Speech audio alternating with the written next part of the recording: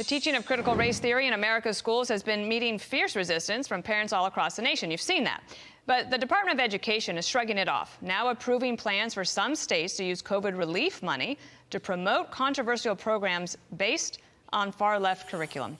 Republican Senator Mike Lee of Utah is a member of the Senate Judiciary Committee, and I want to ask you about this. I mean, when you helped pass that initial COVID relief money, and then there's been more since then, did you ever think it would be used for something like this?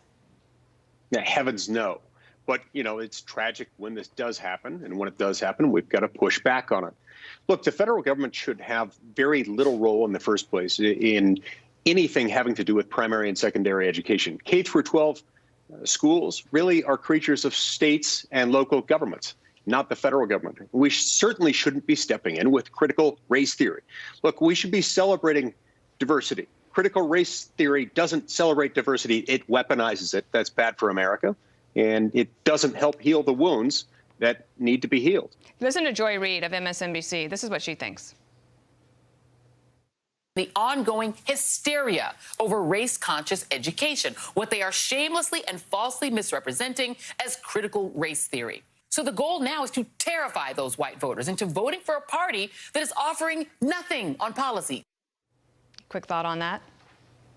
Yeah, well, quick thought on that is that this is a lazy attack on those who have raised legitimate concerns, with teachers coming into classrooms and talking about how bad America is. Look, there is no question people in our history, even through our governments, have done things that were bad.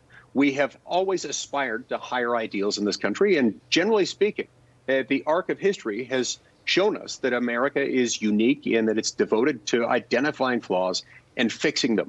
But we're not going to make things better by focusing on this as an essential element that's somehow inextricably intertwined with who we are. Mm-hmm. That isn't true. And that's destructive to any civilization. All right. I want to also ask you about this. As when we introduced you, I said you're a member of the Senate Judiciary Committee. Okay, so I just picked up on this. Chuck Schumer just wrote a letter to his caucus. He says, "Dear colleague," it basically says there's a two-track plan on infrastructure. We kind of knew that. And it adds this line. "As always, Senate Democrats stand ready to expeditiously fill any potential vacancies on the Supreme Court should they arise." Now, I find this intriguing because everybody is looking at one justice to see if he will resign and give the Democrats a chance to replace him. What do you know about that? All I know about this is the rank speculation that's out there. It's certainly a possibility. We're within just a week or so of when the Supreme Court of the United States wrapped up its term. And typically one would expect to see any retirements come at or about that moment.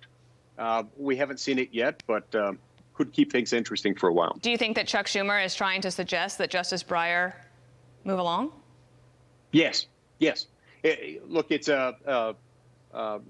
really a poorly kept secret that there's been pressure among Democrats on Justice Breyer to retire. And I'm not sure whether that pressure campaign would make him more or less likely to step down. I suspect with many justices, it would make them more inclined to stay longer. All right. Yeah, it is. I'm curious. I follow it pretty closely. I know you do, too. Senator Lee, thank you. Have a good weekend.